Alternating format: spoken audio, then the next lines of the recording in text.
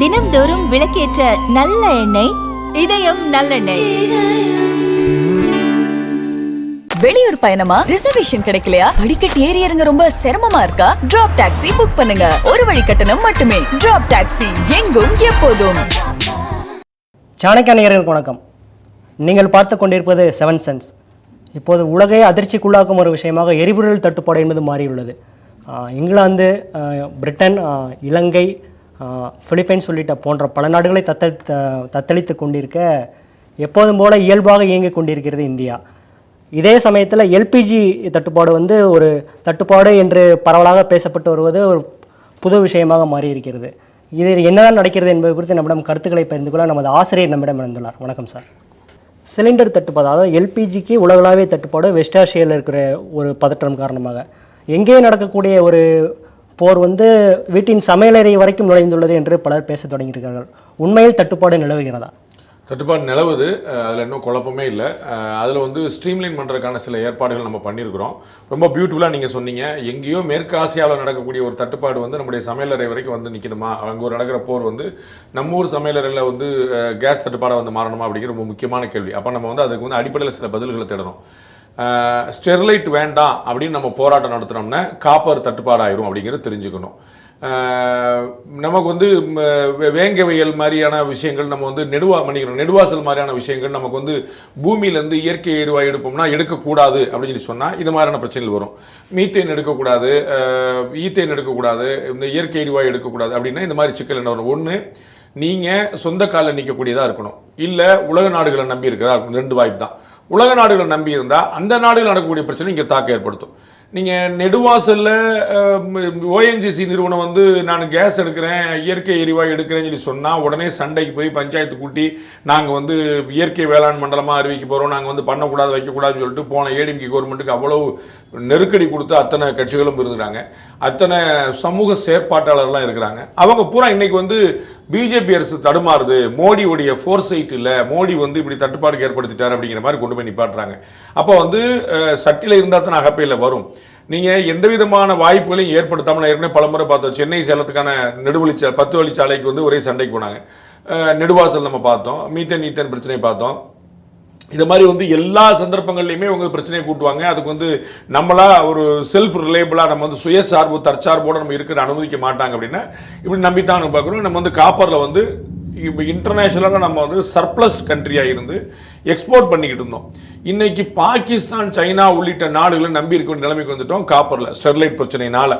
அது மாதிரி ஒவ்வொரு விஷயத்துலையுமே நம்ம வேற வேறு நிலைப்பாடு எடுக்கிறோம். அது இரட்டை நிலைப்பாடாக மாறி நிற்குது. பின்னாடி தட்டுப்பாடு நீங்கள் சரியில்லைன்னு சொல்லிட்டு மத்திய அரசை குறிப்பிடுறது, குற்றம் சாட்டுறது, மோடி அவர்களை டார்கெட் பண்ணுற மாதிரி விஷயங்கள் நம்ம பண்ணிட்டு இருக்கோங்க பார்க்குறோம். ஒன்று. ரெண்டாவது, இன்னைக்கு தட்டுப்பாடுங்கிறது கீழே கடைநிலை மனிதர் வரைக்கும், குடும்பம் வரைக்கும் நிற்கலை. அதற்கு முந்தைய கட்டத்தில் இருக்குது. கமர்ஷியல் சிலிண்டருக்கு தான் இப்போதைக்கான ஒரு ஷார்ட்டேஜ் இருக்குது. அப்படி ஷார்ட்டேஜும் எப்படி பண்ணுறாங்கன்னா, அதை முன்கூட்டியே கணித்து நம்ம 21 நாளைக்கு ஒரு சிலிண்டர் ஆர்டர் போடலாம் அப்படிங்கிறத 25 நாளைக்குன்னு ஒரு 4 நாளைக்கு எக்ஸ்ட்ரா பண்ணி வச்சிருக்காங்க.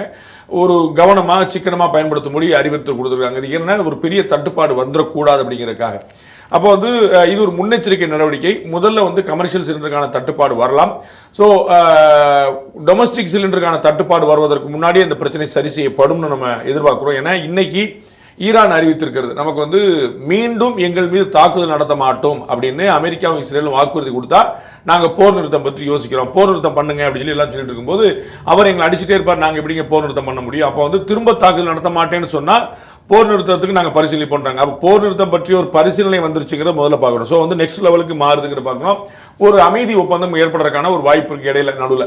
அப்போ அது வந்துச்சுன்னா இன்னும் ஆல் ப்ராப்ளம் சால்வ் ஆகுதுன்னு பார்க்குறோம். இது இந்தியா மட்டும் இல்லை, உலக நாடுகள் முழுக்க இருக்கு பார்க்குறோம். நம்ம உக்ரைன் ரஷ்யா போரின் போதே பெட்ரோல் டீசலுக்கான தட்டுப்பாடு ஏற்பட்டுச்சு. நம்ம இந்தியாவில் அப்படிப்பட்ட நிலைமை இல்லைன்னு பார்க்குறோம். ஸோ இன்னைக்குமே பெட்ரோல் டீசலுக்கான தட்டுப்பாடு இல்லை, டொமஸ்டிக் சிலிண்டருக்கான தட்டுப்பாடு இல்லை, பேனிக் பையிங்கான தேவை இல்லை. அவசரப்பட்டு அவதிப்பட்டு நம்ம ஒழிச்சு வச்சு பதுக்கி வச்சு நம்ம 2 சிலிண்டர் வாங்கிறோம், 3 சிலிண்டர் வாங்கிற உடனே புக் பண்ணுங்க அப்படிங்கிற அவசியம் இல்லை. கமர்ஷியல் சிலிண்டருக்கான ஷார்ட்டேஜ் வந்துடக்கூடாதுங்கிறதுக்கான முன்னெச்சரிக்கை நடவடிக்கைகள் மட்டும்தான் இருக்குது. நம்ம சிக்கனமாக வழக்கம் போல பயன்படுத்தோம்னா அதுக்குள்ள இந்த பிரச்சனை தீர்ந்தும்னு நினைக்கிறோம். இதுக்கு எல்லாத்துக்குமான அடிப்படை தீர்வாக நம்ம பார்க்க வேண்டியது தற்சார்பு. ஸோ நாமளே இந்த மாதிரியான இயற்கை எரிவாயு, எண்ணெய், இது போன்ற வளங்களை கொண்ட ஒரு நாடாக மாறினா, அதெல்லாம் எக்ஸ்ப்ளோர் பண்ணால் இதை மாதிரி அண்டை நாடை நம்பி இருக்க வேண்டிய அவசியம் இருக்காது. சார், இப்போது சென்ற சில நாட்களில் மட்டும் எல்பிஜியோடைய உற்பத்தி ஒரு 10% வரைக்கும் அதிகரிச்சிருக்கு. ஹார்மஸ் அந்த ஜலசந்தி வழியாக இறக்குமதி செய்வதற்கு பதிலாக வேறு இடங்கள்லேருந்து இறக்குமதி பண்ணுறதை 70% அதிகரித்திருக்கு. அண்டு ஹோட்டல் உரிமையாளர்களுடன் பேச்சுவார்த்தை நடத்த ஒரு பொதுத்துறை பெட்ரோலிய நிறுவனத்தை சேர்ந்த 3 உயரதிகாரிகள் கொண்ட குழு அமைக்கப்பட்டுள்ளது. இவ்வளவு நடவடிக்கை எடுத்தும் மத்திய அரசு விமர்சிக்கப்படுவது ஏன்? விமர்சிக்கப்படத்தான் செய்யும். நம்ம வந்து ஒரு தட்டுப்பாடு அப்படின்னா ஒரு பயம் வரும் மக்களுக்கு. ஏன்னா கேஸ் சிலிண்டருங்கிறது ஒரு காலத்தில் லக்ஸூரியாக இருந்தது. அது வீட்டில் கேஸ் சிலிண்டர் வச்சிருக்காங்க, நம்ம வந்து கறி அடுப்பு வச்சிருப்போம், விறகு அடுப்பு தான் வச்சிருப்போம். கேஸ் சிலிண்டர் வச்சிருக்கீங்களா? இன்னைக்கு வந்து அது வந்து ஒரு அத்தியாவசியமாக மாறிச்சு. 2014 14 கோடியாக இருந்த கேஸ் கனெக்ஷன் இந்தியா முழுக்க 14 கோடியாக இருந்த கேஸ் இன்னைக்கு 30 கோடி கேஸ் கனெக்ஷன் இந்தியா போகிறாங்க. ஏன்னா வந்து இவங்க வந்து ஜுவாலா ஸ்கீம் மூலமாக வந்து ஜுவாலா ஸ்கீம் தான் நினைக்கிறேன். அந்த ஸ்கீம் மூலமாக இந்தியா முழுக்க எல்லாருக்குமே வந்து ஃப்ரீ கேஸ் கனெக்ஷன் முதல்ல கொடுத்தாங்க, ஒரு சிலிண்டர் ஃப்ரீயாக கொடுத்தாங்க, அதுக்கு பிறகு வாங்கிக்கணும் அப்படின்னு கொடுத்தாங்க. அப்போ அந்த மாதிரியான விஷயங்கள் வந்து இந்தியா முழுக்க அதை பரப்பி கொண்டு போகும்போது பெண்களுக்காக ஒரு நலத்திட்டமாக கூட அவங்க கறி அடுப்பில் வந்து அவங்க இருந்து கறிட்டு இருக்கிறாங்க அப்படிங்கிறதுக்காக கொடுக்கப்படுது. அப்போ இந்தியா முழுக்க இதை பிரபலப்படுத்தி வீடு வீடு கொண்டு போய் 30 கோடினா 30 கோடி குடும்பம், நம்ம வந்து 140 கோடி பேர் தான் இருக்கும். ஸோ வந்து முன்னாங்க பண்ண கிட்டத்தட்ட 120 கோடி பேர் வந்து கேஸ் சிலிண்டர் பயன்படுத்தக்கூடிய இடத்துக்கு வந்து பார்க்குறோம் நம்ம. அப்போ அந்த மாதிரி வந்து அதிகமாக கொண்டு போய் நிப்பாட்டும் போது இதுக்கான தேவை ஏற்படுது. அப்போ வந்து மத்திய அரசு விமர்சிக்கப்படும். பட் ஏற்கனவே சொன்ன போல மத்திய அரசு நீங்கள் குறிப்பிட்டது போல உரிய நடவடிக்கை எடுத்துக்கொண்டிருக்கிறது. தட்டுப்பாடு வருவதற்கு முன் சமாளிக்கும். பட் இருந்தாலும் மத்திய அரசு விமர்சிக்கப்படுவது வியப்பதற்கில்லை. இது வந்து நார்மலாக நடக்கூடியதான். ஒரு பிரச்சனை அதுக்கு அரசாங்கம் தான் காரணம்னு சொல்லத்தான் செய்வாங்க. There is no surprise. Sir, எதிர்க்கட்சி தலைவராக இருக்கக்கூடிய எடப்பாடி பழனிசாமி அவர்கள் ஒரு ஸ்டேட்மெண்ட்டை முன்வைத்திருக்கிறார். அதாவது சிலிண்டர் தட்டுப்பாடு குறித்து மக்களிடையே தேவையற்ற அச்ச உணர்வுகளை ஏற்படுத்துவதை தவிர்த்து தமிழகத்தில் உணவகங்கள் தொடர்ந்து ஏற்படுத்துவதற்கான ஒரு வாய்ப்பை பொறுப்புள்ள மாநில அரசு செய்து தர வேண்டும்ங்கிற ஒரு ஸ்டேட்மெண்ட் வச்சிருக்காங்க. சரியான பாயிண்ட் தான். அது வந்து மாநில அரசு மட்டும் இல்லை, ஊடகங்கள்லேருந்து எல்லா தனி மனிதர்கள்லேருந்து சோசியல் மீடியாவில் ஆக்டிவிஸ்டாக இருக்கக்கூடிய குரூப்புகள்லேருந்து எல்லாருமே செய்ய வேண்டிய விஷயம் தான். அது ஒன்றும் குழப்பம் இல்லை. கட்டாயமாக இதை வந்து ஒரு பீதியை கிளப்புவதற்கான ஒரு சந்தர்ப்பமாக பயன்படுத்தாமல் ஒரு பொறுப்போடு நடந்து கொள்ள வேண்டிய கடமை மாநில அரசுக்கு மட்டுமல்ல, ஒவ்வொரு தனிநபருக்கும், ஒவ்வொரு இயக்கத்துக்கும், ஒவ்வொரு குடும்பத்துக்கும், எல்லா சமூக இயக்கங்களுக்கும் அந்த பொறுப்பு இருக்குது. வித்தவுட் இன் டவுட் அது வந்து எதிர்க்கட்சி தலைவர் திரு எடப்பாடி பழனிசாமி சொன்னது மிகச்சரி. ஆனால் நேற்று இரவுலேருந்து பார்க்குறோம், இது ஒரு பேண்டமிக் மாதிரி ஒரு ஹைப் செய்யப்படுவதற்கான காரணம் அதான் ஊடகங்கள் நிறையா இருக்குது. உங்களுக்கு எல்லாருக்குமே மத்திய அரசை வந்து ஏதாவது விமர்சனம் பண்ணுறதுக்கு ஒரு நல்ல சந்தர்ப்பம். சமூக ஊடகங்கள் வந்து கோடிக்கணக்கில் வந்துருச்சு, கேட்கவே வேண்டாம். அவங்களுக்குலாம் வந்து ஈஸி டார்கெட் வந்து எப்பயுமே பிஜேபி தான், நரேந்திர மோடி தான். அவங்கள பற்றி சொன்னால் கேட்பாரும் கிடையாது, மேய்ப்பாரும் கிடையாது. அதனால் அது எப்பயுமே சொல்லிக்கலாம். அந்த கணக்கு தான். தரவுகள் இருக்கான்னு பார்க்கணும். ஏற்கனவே சொன்ன போல இது போன்ற அதிகமாக விமர்சிக்கக்கூடியவர்களாக இந்த நெடுவாசல் பிரச்சனையும் போது, மீத்தேன் ஈத்தேன் எடுக்கிற பிரச்சனை போது என்ன சொன்னாங்கன்னு பார்க்கணும். இவ்வளோதான். நீங்கள் வந்து சேலம் சென்னைக்கு நல்லா ஒழுங்காக ரோடு போட்டியாப்பா அப்படின்னு கேட்டாங்கன்னா 10 வழிச்சாலை ஏன் தடுத்தப்பா அப்படின்னு கேட்கணும். இவ்வளோதான். அப்போ வந்து ஏன்பா கேஸ் இல்லை அப்படின்னு சொல்லி சொன்னால் கேஸ் எடுக்கும்போது ஏன்பா தடுத்த அப்படின்னு கேட்கணும். இவ்வளோதான். நம்ம வந்து தெரிஞ்சு வேண்டியது சில விஷயங்கள் சில இடங்களில் காம்ப்ரமைஸ் பண்ணி ஆகணும், வேறு வழி கிடையாது. நம்ம வந்து எங்கே இயற்கை எரிவாயு கிடைக்குதோ அங்கே தான் இயற்கை எரிவாயு எடுக்க முடியும். எங்கே விவசாயம் பண்ண முடியுதோ அங்கே தான் பண்ண முடியும்.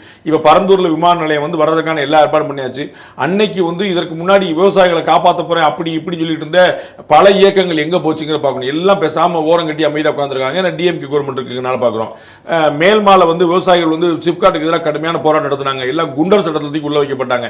அப்போ மற்ற இடதுசாரி இயக்கங்கள் உட்பட மற்ற கட்சிலாம் என்ன செஞ்சாங்கன்னு பார்க்கணும். இதை மாதிரி வந்து இவங்க சும்மானாத்துக்கு வந்து வெளியில் வந்து ஒரு அதிமுக ஆட்சி நடந்தால் ஒரு கடுமையான விமர்சனம் பண்ணுவது, திமுக ஆட்சி நடந்தால் பேச வாய்மொழி கண்ணு காணாமல் தோழமை சுட்டாங்க கூட இல்லாமல் திரும்பி பார்த்து நிற்கிறதுங்கிறது வந்து இவர்கள் வழக்கமாக வச்சுருக்காங்க. அப்போ நமக்குன்னு நம்ம தற்சார்பு கொண்ட இந்தியாவாக வர்றதுக்கான சந்தர்ப்பங்களை நம்ம தவற விடக்கூடாது, அதை அதிகப்படுத்தணும். அப்படின்னா தான் நம்ம வந்து சரி முடியும். நம்ம வந்து செமிகண்டக்டர் பார்த்தோம். இந்த பேண்டமிக் பீரியடில் செமிகண்டக்டர் எசென்சியல் நீட் நமக்கு தெரிஞ்சது. அது இல்லாமல் எவ்வளவு சிரமப்படுறன்னு பார்த்தோம். உடனடியாக மத்திய அரசு செமிகண்டக்டர் உற்பத்தி துறையில் நாமளே பயனராக இருக்கிறதுக்கான எல்லா ஏற்பாடும் பண்ண ஆரம்பிச்சாங்க. இன்னைக்கு இந்தியா முழுக்க செமிகண்டக்டர் உற்பத்திக்கான எல்லா ஏற்பாடும் பண்ணப்பட்டிருக்கு. நாம வந்து தற்சார்பு அடைஞ்சு சர்ப்ளஸ் ஆறக்கான காலம் ரொம்ப நெருங்கிருச்சு. அப்ப நம்ம வந்து ஒரு பிரச்சனை இருக்குதுன்னு அதை அட்ரஸ் பண்றதுக்கு மத்திய அரசு முயற்சிக்கும் போது இவர்கள் வந்து வெறும் அரசியல் காரணங்களுக்காக தடை சொல்லிட்டு இருக்காங்கன்னா அது வந்து நியாயம் இல்லை, நீதி இல்லை. அதுதான் நடந்துகிட்டு இருக்கு. சமூக ஊடகங்கள் அந்த மாதிரி கட்டுப்பாட்டில் இருக்கிறாங்க. ஒரு கடுமையான நடவடிக்கை எடுக்கப்பட்டு ஊடகங்களுக்கு இவங்களுக்கு ஒரு பொய்யான தகவலை பரப்பினாங்கன்னா ஆக்ஷன் எடுக்கப்படும். ஆக்ஷன் எடுத்தாங்க அப்படின்னா இது ஒரு கண்ட்ரோலுக்கு வரும்னு நினைக்கிறேன். இதை விமர்சன பார்வையாக வைத்தவர்கள் நெடுவாசல் பிரச்சனையும் போதோ மீத்தேன் பிரச்சனையும் போதோ என்ன சொன்னாங்க அப்படிங்கிறத நம்ம ஒரு ஃபிளாஷ்பேக் எடுத்து பார்க்கணும். அவ்வளோதான். Yes sir. சில நாட்களாக பேசப்படக்கூடிய தீவிரமாக பேசப்படக்கூடியது வந்து என்டிஏவில் மீண்டும் விஜய் இணைய போகிறார், அந்த பேச்சுவார்த்தையை போய்கொண்டிருக்கிறதா செய்திகள்லாம் நிறைய வெளியானது. இன்றைய திரு அண்ணாமலை அவர்கள் வந்து ஒரு ஸ்டேட்மெண்ட் முன் வச்சிருக்காரு. அதாவது விஜய் அவர்கள் விஜயுடன் கூட்டணி பேச்சுவார்த்தை நடத்தவில்லை என்று பாஜக தலைவர் மாநில தலைவர் நயினார் நாகேந்திரன் அவர்களே கூறியுள்ளார். சித்தாந்தங்கள் வேறு வேறாக இருக்கிறது, டீயும் காஃபியும் கலக்காது அப்படிங்கிற ஒரு ஸ்டேட்மெண்ட் முன் வச்சிருக்காரு. அதான் நம்ம வந்து பலமுறை சொன்னோம். நம்ம வந்து பேச்சுவார்த்தை நடக்குதா, நம்ம வந்து ஒரு லேட்டஸ்டா கூட ஒரு 3 நாள் சொன்னோம், ரொம்ப முன்னாடி சொல்லிட்டு இருக்கிறோம். பேச்சுவார்த்தை தாவேக்காவை எப்படியாவது இந்திய கூட்டணியில் சேர்க்கணுங்கிறதுக்கான பேச்சுவார்த்தை ரொம்ப காலமா நடந்துகிட்டு இருக்கு. ரெண்டு தரப்புமே விரும்புறாங்கன்னு பார்க்கிறோம். அதிமுக ஒரு கட்டத்தில் விரும்புச்சு, பாஜக ஒரு கட்டத்தில் விரும்புச்சு, தாவேக்கா கூட ஒரு கட்டத்தில் விரும்புச்சு. இதற்கான மையக்கட்ட பேச்சுவார்த்தை ரெண்டு பக்கமே நடந்துட்டு பார்த்தோம். ஆனா இதுக்கு மெட்டீரியலைஸ் ஆகாதுங்கன்னு நம்ம திரும்ப திரும்ப சொல்லிட்டு இருந்தோம். இது கதைக்கு ஆக போதில்லை, நடக்க போறதுன்னு சொல்லிட்டு இருந்தோம். நேற்று சொல்லியிருக்கோம், முந்தானத்து சொல்லியிருக்கோம், இதுக்கு முன்னாடி பல கட்டமா சொல்லியிருக்கோம். அவர் வந்து தனியாக தான் போட்டின்னு பார்க்குறாரு. அது வந்து சேராது. என்ன வந்தாருன்னா முதலமைச்சர் பதவி கேட்பாரு, இங்கே கொடுக்க முடியுமா நம்மளால அப்படிங்கிற கேட்கும். ஸோ நம்ம தெளிவா அவருடைய லிஸ்ட்ல வந்து நம்ம இல்ல, நம்ம லிஸ்ட்ல அவங்க இல்ல அப்படிங்கிறது அவங்க தெளிவா அவங்க ரெண்டு பேருக்கும் புரிஞ்சிருச்சு. அப்போ அதனால தான் அது இன்னைக்கு அதிகாரப்பூர்வமா ஒரு முற்றுப்புள்ளி வைக்கிறதுக்காக திரு நயினார் நாகேந்திரன் பாஜக மாநில தலைவர் ரொம்ப தெளிவா சொன்னாரு. அதை தான் திரு அண்ணாமலை அவர்கள் மேற்கோள் காட்டி சொல்லியிருக்காரு. இது நம்ம பல நாளா சொன்னதுதான், அது வந்து பொருந்தாது. ஏன்னா தாவேகா தன்னை ரொம்ப மிகைப்படுத்தி பார்த்துக் கொள்கிறது அப்படின்னு அவங்க கூட பேசுற நிறைய பேர் சொன்னாங்க. நம்ம வந்து சார் இப்பதான் ஸ்வேரிங் இன் முடிச்சுட்டு வந்து உட்கார்ந்துருக்க மாதிரி பேசுறாரு சார் அப்படிங்கிற மாதிரி அவங்க சொல்றாங்க. அந்த மாதிரி நிறைய அவங்களுக்கு வந்து ரொம்ப திடமான அவங்களுடைய நலம் விரும்பிகள் நம்மகிட்ட 4 பேர் பேசும்போது நீங்க எல்லாம் சொல்லக்கூடாதா அப்படின்னு கேட்கறாங்க. அந்த மாதிரி உண்மை என்னன்னு சொல்லக்கூடாதா அப்படின்னு கேட்கறாங்க. அந்த மாதிரி வந்து அவர்களுக்கு வந்து ஒரு ஓவர் எக்ஸாஜரேஷன் இருக்கு. நான் பலமுறை குறிப்பிட்டது போல தாவேகா ஒரு சரியான வலுவான பெஞ்ச் மார்க் கிரியேட் பண்ணிருக்குங்கிறதுல மாற்று கருத்தே இல்லை. இதுவரைக்கும் வேற எந்த கட்சியும் அதிமுக திமுக தவிர்த்த எந்த கட்சியும் பெறாத ஒரு 3வது அணிக்கான வாக்களை அவர் பெறுவாங்க மாற்று கருத்துல. ஆனால் ஆளுங்கட்சி அமைவதற்கோ எதிர்கட்சி அமைப்பதற்கோ பெருவாரியான சீட்டு வாய்ப்பு வெல்வதற்கான வாய்ப்புகளோ இல்லை. அதனால அவங்க ஓவரா தாங்க நினைச்சிட்டு இருக்காங்க. அப்போ கூட்டணி வந்து ஜெல்லா இருக்கான வாய்ப்பு தான் திரு அண்ணாமலை ஒரு உதாரணமா சொல்றாரு. பாலும் காஃபியும் ஒன்று சேரலாம், பாலும் டீ ஒன்று சேரலாம், டீயும் காஃபியும் ஒன்று சேராதுங்க அப்படின்னு சொல்லிட்டு நம்ம வந்து ரெண்டுமே பாலில் உருவாருதானே அப்படின்னு சொல்லிட்டு பண்ண முடியாங்க. அவருடைய சித்தாந்தமே வேறு அப்படின்னா, ஏன்னா அவர் வந்து பாஜகவை தன்னுடைய கொள்கை எதிரியாக அறிவிக்கிறார். அப்ப கொள்கை எதிரின்னு அறிவிச்ச ஒருத்தரோட எப்படி சேர்றதுங்கிற ஒரு தர்ம சங்கடம் இருக்கு. அது பாஜக தர்ம சங்கடம் இல்லாம போயிட்டு பரவாயில்லங்க, நம்மள எவ்வளவு விமர்சிச்சிருக்காங்க. திமுக கூட ஒரு காலத்துல கூட்டில் இருந்த கட்சி தான், அன்னைக்கு வந்து வேற பேசுனாங்க, இன்னைக்கு வேற பேசுறாங்க அப்படின்னு சொல்லிட்டு சரி தாவேக்கா சேர்த்துலாங்க. ஆனா தாவேக்காக இந்த தர்ம சங்கடம் இருக்கும். அதனால வந்து இது சேராதுங்கிறது நாம் அறிந்ததுதான், இன்னைக்கு அதிகாரப்பூர்வமா அறிவிக்கப்பட்டிருக்குன்னு பாக்குறேன். சார், கொள்கை எதிரி அப்படிங்கிற ஒரு பாயிண்ட் விஜய் அவர்கள் முன்வைத்திருக்காருன்னு நீங்க சொன்னீங்க. ஆனால் திரு நயினார் நாகேந்திரன் அவர்கள்ட்ட இன்னைக்கு செய்தியாளர் சந்திப்பில் கேட்கும்போது விஜய் வந்து எங்களை கொள்கை எதிரி அப்படின்னு சொல்றாரு, முதல்ல அவருடைய கொள்கை என்ன அப்படின்னு சொல்லட்டும் அப்படிங்கிற ஒரு கேள்வி கேட்குறேன். அவர் கொள்கை தான் நான் பலமுறை சொன்னேன். அண்ணன் நயினார் நாகேந்திரன் வந்து விஜய்ட்டெல்லாம் கேட்க வேண்டாம், என்கிட்ட கேட்டாலே போதும் நான் சொல்லிடுவேன். அது வந்து என்னென்ன மிக்சர் கிரைண்டர், அதுதான் வந்து அவருடைய கொள்கை. நம்ம பலமுறை பார்த்துருக்கோம். அதிமுக 4 பாயிண்ட் இருக்கு, எடுத்து உள்ள போடு.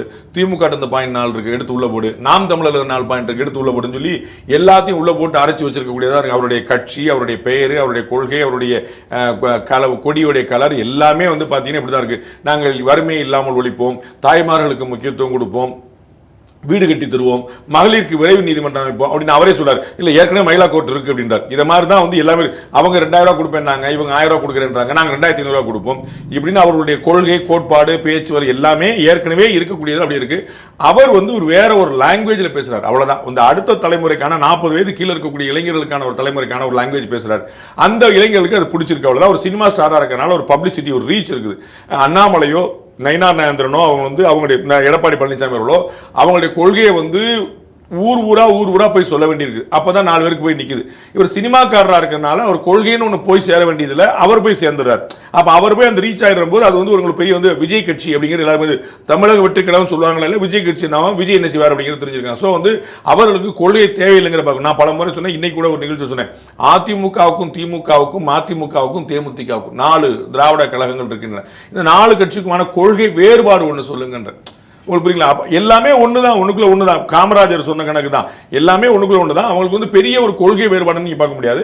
அதனால தாவேக்காவை நீங்க எதிர்பார்க்க முடியாது. திரு நயினார் நாகேந்திரன் கேட்ட ரொம்ப எளிமையான கேள்வி, சரியான கேள்வி தான்.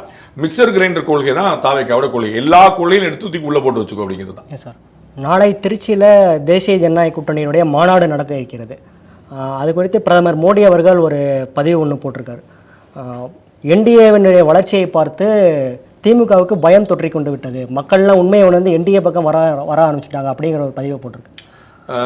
ஆல்மோஸ்ட் சரியான ஒரு ஸ்டேட்மெண்ட் தான். அது வந்து என்னன்னா என்டிஏவை பார்த்து அப்படின்னு சொல்ல முடியுமா தெரியல. பட் திமுகவுக்கு பயம் வந்துருச்சுங்கிற ஒரு ஸ்டேட்மெண்ட் வந்து சரிதான். அவங்க வந்து திமுக என்ன பார்க்குறாங்க, நான் பல முறை சொன்ன போல திமுக ஆட்சி அப்படிங்கிற ஒரு கப்பல் வந்து நிறைய குறைபாடுகள் உள்ளதா இருக்குது. அதை வந்து இந்த ஓட்டை அடைச்சிட்டே வரக்கூடிய முனைப்புல தமிழக முதலமைச்சர் ரொம்ப தீவிரமாக ஈடுபடுறார்.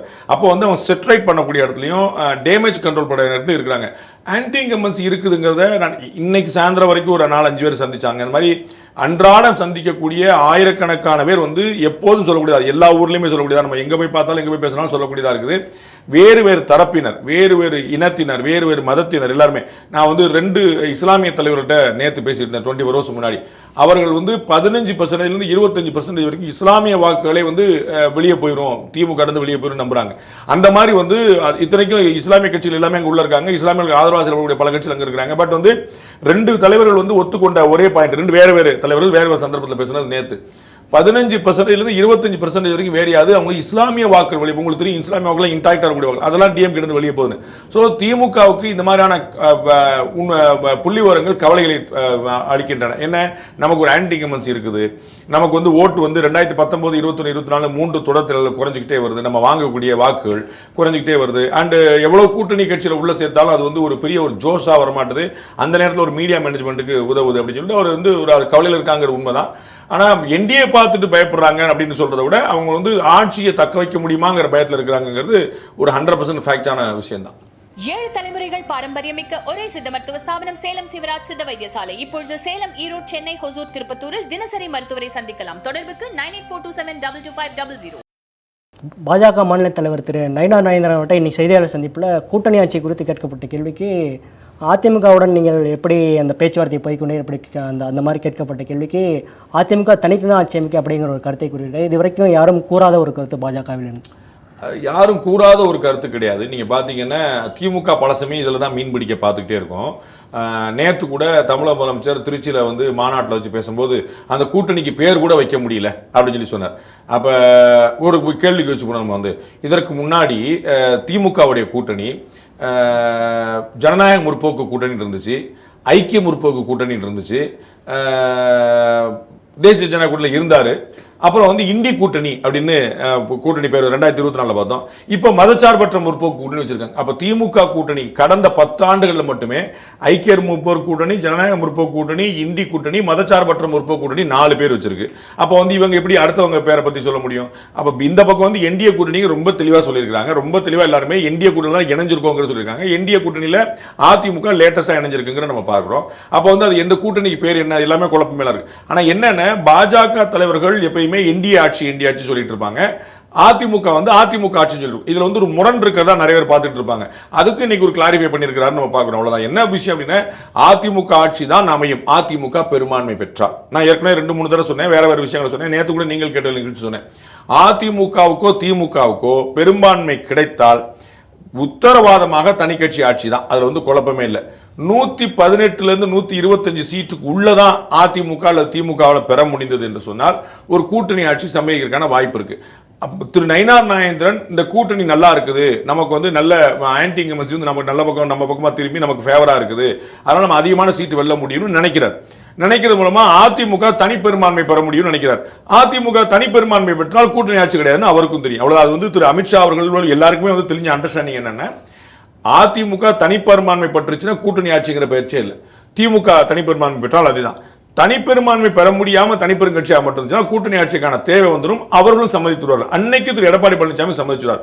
சோ இப்ப அவர்கள் தனிப்பெரும்பான்மை பெறுகிறார்களா, தனிப்பெரும் கட்சியாக மட்டுமே இருக்கிறார்களா அப்படின்னு தான் நம்ம பார்க்கணுமே தவிர அதுக்கு பிறகுதான் நம்ம வந்து கூட்டணி ஆட்சியா தனித்து ஆட்சியான்னு பார்க்க முடியும். நம்ம அதிமுக தனிப்பெரும்பான்மையோடு வென்றால் தனித்து ஆட்சி தான், அதிமுக தனிப்பெரும்பான்மை பெறாவிட்டால் கூட்டணி ஆட்சி தான். திரு செந்தில் பாலாஜி அவர்களுக்கு சிபிஐ இந்த கரூர் சம்பவம் தொடர்பாக சிபிஐ சம்மன் அனுப்பியதாகவும் அதுக்கப்புறம் இமெயிலில் சம்மன் அனுப்பியதாகவும் ரெண்டுமே செந்தில் பாலாஜி தரப்பு ரெஸ்பாண்ட் பண்ணவில்லை எனவும் செய்தியில் வெளியானது. ஆனால் செந்தில் பாலாஜி அவர்கள் இன்று விளக்கம் கொடுத்துள்ளார். மார்ச் 17 சம்மன் வந்திருக்கு, நான் நேரில் போய் ஆஜராக போகிறேன், ஊடகங்களில் தவறான தகவல் வந்திருக்குங்கிற மாதிரி ஸ்டேட்மெண்ட் கொடுத்துருக்காரு. ஆமாம், அவர் வந்து ஆஜராக வேண்டிய தேவை இருக்குது, மாற்று கருத்து இல்லை. ஏன்னா அவர் அந்த மாவட்ட அமைச்சராக இருந்தவர், அந்த சம்பவம் நடந்தபோது முதல் ஆளாக சம்பவ இடத்துக்கு சென்றவர், மருத்துவமனைக்கு சென்றவர், மீட்பு பணிகளுக்கு வந்து முடுக்கி விட்டவர், ரொம்ப கண்ணீர் விட்டு கதறி எல்லாமே சொன்னார். செய்தார். அப்போ வந்து அது வந்து அவருடைய ரோல் ஏதாவது இருக்குதா, அவருக்கு ஏதாவது தெரியுமா அப்படிங்கிற ஒரு விசாரணை வந்து பண்ணுறாங்க. உங்களுக்கு என்ன அளவுக்கு தகவல் தெரியும், நீங்கள் முதல்ல போனோன்னே என்னென்ன பார்த்தீங்க, என்ன நடந்துச்சு அப்படிங்கிற விஷயம் கட்டாயம் கேட்பாங்க. லோக்கலில் வந்து ஆஃபீஸர்ஸுடைய ஒரு ஃபுல் சப்போர்ட் அவருக்கு உண்டு. கலெக்டர்லேருந்து எஸ்பிலேருந்து அவங்க எல்லாருமே அவங்க சப்போர்ட் பண்ணுவாங்க. ஸோ அவங்களையும் விசாரிப்பாங்க, இவரையும் விசாரிப்பாங்க, சொல்லக்கூடிய ஸ்டேட்மெண்ட்லாம் ஒன்றா இருக்கான்னு பார்ப்பாங்க. இந்த CBI will try to understand அது வந்து என்னவா நடக்குது, என்னவா போயிட்டு இருக்கு அப்படிங்கிற புரிஞ்சுக்கிட்டு பார்ப்பாங்க. அது கட்டாயமாக உள்ளூர் அமைச்சராக இருந்தவர் அப்படிங்கிற முறையில் வந்து திரு செந்தில் பாலாஜியோட ஸ்டேட்மெண்ட் தேவைதான். இதில் நைஸா வந்து திரு சிடி செந்தில்குமார் அவர்கள், நிர்மல்குமார் அவர்கள், அவர் வந்து இன்னைக்கு ஒரு ஸ்டேட்மெண்ட் விட்டார். நயினார் நாகேந்திரன் வந்து உள்துறை அமைச்சர் அமித்ஷாவை வச்சுக்கிட்டே சொன்னார், செந்தில் பாலாஜி தான் இந்த 41 கொலைக்கு காரணம், அதனால அவர் விசாரிக்கணும் வந்து அதான் பிஜேபியை கோத்து விடுறதுக்கான ஒரு முயற்சி பண்றாரு. அப்படி சொன்னது உண்மைதான், நயினார் நாகேந்திரன் அப்படி சொன்னது உண்மைதான், அதில் மறுக்கிறதுக்கு இல்லை. ஆனால் வந்து தாவேகா அதற்கு முன்னாடியே அந்த டோன்ல தான் இருந்துச்சுங்கிற மறந்துடக்கூடாது. தாவேகா இந்த சம்பவத்தை பற்றி பல சந்தர்ப்பங்களில் எந்த ஊர்லேயுமே நடக்காத விஷயம் இங்கே மட்டும் நடக்கிறதுக்கான காரணம் என்ன அப்படின்னு கேள்வி எழுப்பிச்சு. திரு விஜய் அவர்களே இத்தனை மாவட்டத்தில் ஒழுங்காக நடந்துச்சு, கரூர் மாவட்டத்தில் ஏன் நடந்துச்சுன்னு மக்களுக்கு தெரியும் என்று சொன்னார். அப்புறம் வந்து முகத்தை டேர்ன் பண்ணி வந்து அவர் சொன்னார், முதலமைச்சர் சார் பழி வாங்குறதா இருந்தால் என்னையே பழி வாங்க அப்படின்னார். கரூரில் 41 பேர் இறந்ததற்கும் முதலமைச்சர் திரு விஜயை பழிவாங்க விரும்புறதுக்கு என்ன சம்பந்தம்? அப்போ என்ன காயின் பண்ணார் பார்க்க வேண்டியிருக்குல்ல. இப்போது லேட்டஸ்ட்டாக கூட பேசும்போது விஜய் அவர்கள் பேசும்போது கரூர் விஷயத்தில் ஏன் மேலே இதுக்கு பழி போடுறீங்கன்னு ஒரு கேள்வி எழுப்பி, அதுதான் நான் பலமுறை சொன்னதான், அன்னைக்கு சம்பவம் நடந்த போதே நான் சொன்னதுதான், அதில் எனக்கு எந்த மாற்று கருத்தும் இல்லை. சம்பவத்திற்கு 2 பேருமே தார்மீக பொறுப்பு இருக்க வேண்டியிருக்கும். யாரு? அரசாங்கம். பொதுமக்களுடைய பாதுகாப்புக்கு எப்பயுமே அவங்க தான் பொறுப்புங்கனால அவங்க பாதுகாக்கணும். இந்த கூட்டத்தை நடத்தியவர்கள் அப்படிங்கிற முறையில் தாவேகா பொறுப்பு இருக்க வேண்டும். இதுல ஏதாவது கிரிமினாலிட்டி இருக்குதா, ஒரு கிரிமினல் கிரைம் ஏதாவது மேடோட் ஆகிருக்குதா அப்படிங்கிறத அது வந்து விசாரணைக்கு பிறகுதான் தெரியும். ஸோ தார்மீக பொறுப்பு யாருக்கு இருக்கு என்று சொன்னால் தாவேகாவுக்கும் இருக்கிறது, தமிழக அரசுக்கும் இருக்கிறது, மாற்று கருத்தே இல்லை. அதுல யாராவது ஒருத்தர் கிரிமினல் ஆக்டிவிட்டியில் ஈடுபட்டு இருக்காங்களா, அது வந்து தமிழக அரசோ அல்லது வந்து ஒரு கட்சியாகவோ ஒரு சில ஆட்களாகவோ தாவேகாவோ இந்த மாதிரி யாராவது ஒருத்தருக்கு வந்து ஒரு கிரிமினல் பின்னணி அதில் இருக்குதாங்க, அது சிபிஐ விசாரணை பண்ணி தான் தெரியும். பட் தாவேகாவுக்கு பொறுப்பு இருக்குங்கிற மாற்று கருத்தே இல்லை, தமிழக அரசுக்கும் பொறுப்பு இருக்குங்கிற மாற்று கருத்தே இல்லை. அது மார்ச் 15ஆம் தேதி திரு விஜய்க்கு சம்மன் அனுப்பியிருக்காங்க, மார்ச் 17ஆம் தேதி வர சொல்லி திரு செந்தில் பாலாஜிக்கு சம்மன் அனுப்பியிருக்காங்க. 2 பேருமே ஆஜராவாங்கிற மாதிரி தான் தெரியுது. ஸோ இந்த மாதிரி முன்னப்பண்ண நடக்கக்கூடிய சம்பவங்களை பொறுத்து மற்ற அதிகாரிகளிடம் மற்றவர்களிடம் நடக்கக்கூடிய விசாரணையை பொறுத்து இவங்க ஒரு முடிவு கூறுவான்னு நினைக்கிறேன். பட் இது வந்து விசாரிக்கப்பட வேண்டிய சம்பவம். 41 உயிர். நாளைக்கு வந்து திரு விஜய் அடுத்த வேலையை பார்க்க போயிட்டாரு, மேடையில் பாடுறாரு, மேடையில் ஆடுறாரு, அதெல்லாம் வச்சுக்கிட்டா கூட திமுக வந்து தேர்தல் பணியில் இறங்கிருச்சு, அவங்க 41 இறந்த பற்றி குழப்பம். 41 உயிர் இறந்ததை தமிழகம் மறக்கக்கூடாது, மன்னிக்கக்கூடாது. அதில் வந்து குழப்பமே இல்லை. அது வந்து ஒரு ஈடு செய்ய முடியாத இழப்பு. கிட்டத்தட்ட 28-30 குடும்பங்களில் வந்து அவங்க வந்து ஒரு பிரெட் வின்னரை வந்து இழந்து நிற்கிறாங்க அப்படிங்கிற நம்ம பார்க்குறோம். பிஞ்சு குழந்தைகள் இறந்து பார்க்குறோம், பெண்கள் இறந்து, அந்த சம்பவங்களை மறக்க முடியாது. அப்போ நம்ம வந்து அதற்கு யார் பொறுப்பு, யார் காரணம், எங்கே தவறு நடந்தது அப்படிங்கிற விசாரணை அத்தியாவசியமானது. அதைத்தான் சிபிஐ செய்து கொண்டிருக்கிறது. திரு செந்தில் பாலாஜி ஆஜரான மூலமாக, திரு விஜய் ஆஜராவதன் மூலமாக, மற்ற புலன் விசாரணைகள் தொடரும் மூலமாக அதில் உண்மை என்னங்கிறது தெரிய வரும், நம்ம நம்புவோம். சார், திரு விஜய் அவர்கள் சென்னையில் இருக்கிற சிபிஐ ஆஃபீஸில் ஆஜராக முடியுமான்னு கேட்டிருந்தாரு. ஆனால் டெல்லி ஆஃபீஸுக்கு தான் வரணுங்கிற மாதிரி நீங்கள் சொல்லியிருக்காங்கன்னு சிடிஆர் நிர்மல்குமார் அவர்கள் ஒரு ஸ்டேட்மெண்ட்டை கொடுத்து, அதில் ஒரு மாறுபாடு வருமானு நம்ம பார்க்கணும். அதில் தப்பு கிடையாது. ஏன்னா தமிழ்நாட்டில் வந்து நடந்த சம்பவம் கரூரில் நடந்தது. தமிழ்நாட்டில் சிபிஐக்கு ஆஃபீஸ் இருக்குது. ஸோ தமிழ்நாட்டில் சிபிஐ ஆஃபீஸ் இல்லை அப்படின்னு சொல்லி சொன்னாங்க ஒரு விஷயம். டெல்லியில் விசாரணை நடத்துறதுக்கான வாய்ப்பு இருக்குது, உரிமை இருக்குது. தமிழ்நாட்டில் அதை மாற்றுங்க கேட்கறது எந்த விதமான தப்பும் கிடையாது. அது வந்து விசாரணை அதிகாரியை தமிழ்நாட்டிலே ஒருத்தரை போட்டு வச்சுட்டு, ஏன்னா சிபிஐ தமிழ்நாட்டில் இருந்தால் கூட சிபிஐ ஆஃபீஸர் தானே இருக்க போகிறார், அதில் ஒன்றும் பிரச்சனை. ஏதாவது ஒரு சிங்கு போட்டு வச்சுட்டு நீங்கள் விசாரணை பண்ணலாம்ல, அதில் ஒன்றும் தப்பு கிடையாது. ஸோ வந்து அவங்க வந்து தமிழ்நாட்டில் விசாரணை கேட்குறது தப்பு கிடையாது. அது வந்தால் நிறைய அலைச்சல் உளைச்சல் பிழைச்சல் நிறைய விஷயங்கள் வந்து மிச்சமாகும். அது வந்து இன்னும் வேகமாக விரிவாக விசாரணை நடத்த முடியும். ஸோ டெல்லியில் நடந்தால் ஒரு டிரான்ஸ்பரன்சி இருக்கும்னு நினைக்கலாம். தமிழ்நாட்டில் இருந்தாலும் டிரான்ஸ்பரன்சி இருக்கலாம், நடத்த போகிற சிபிஐ உங்களுக்கு. ஸோ வந்து அது டெல்லிக்கு போனால் தான் சரியாக இருக்குங்களா. இவங்களுக்கு நிறைய வந்து இப்போ வந்து பார்த்தீங்கன்னா 41 குடும்பங்களை சேர்ந்தவர்கள் பாதிக்கப்பட்டிருக்கிறாங்க. அவர்களில் நிறைய ஐவிட்னஸ் இருக்கலாம். அவர்களை வந்து பிரிலிமினரி என்கொயரி வந்து கரூருக்கே போய் பண்ணாங்க. நாளைக்கு அதில் வந்து ஏதாவது ஒரு ஸ்டேட்மெண்ட் வந்து நம்ம மறு விசாரணை பண்ணலாம் அப்படின்னு சிபிஐக்கு தோணலாம். அப்போ அவங்க டெல்லிக்கு எப்படி வர சொல்வீங்க? எல்லாருமே ஏழைகள், சாமானியர்கள், பட்டியலத்தை கிட்டத்தட்ட 13 பேருக்கு மேலே இறந்தவங்க பட்டியலத்தை சேர்ந்தவர்கள். ஸோ அவங்களாம் எப்படி எங்கள் டெல்லி வரைக்கும் போக முடியுங்கிற ஒரு கேள்வி. அதனால வந்து சென்னைக்கு மாற்ற சொல்லி கேட்பது தப்பு கிடையாது, அவருடைய உரிமை. மாற்றினாலும் எந்த தப்பு கிடையாது. எஸ் சார், உங்களுடைய கருத்துக்களை ஷேர் பண்ணது மிக்க நன்றி சார். நேர்களை மீண்டும் அடுத்த நிகழ்ச்சியில் சந்திப்போம். அதுவரை இணைந்திருங்கள். நன்றி.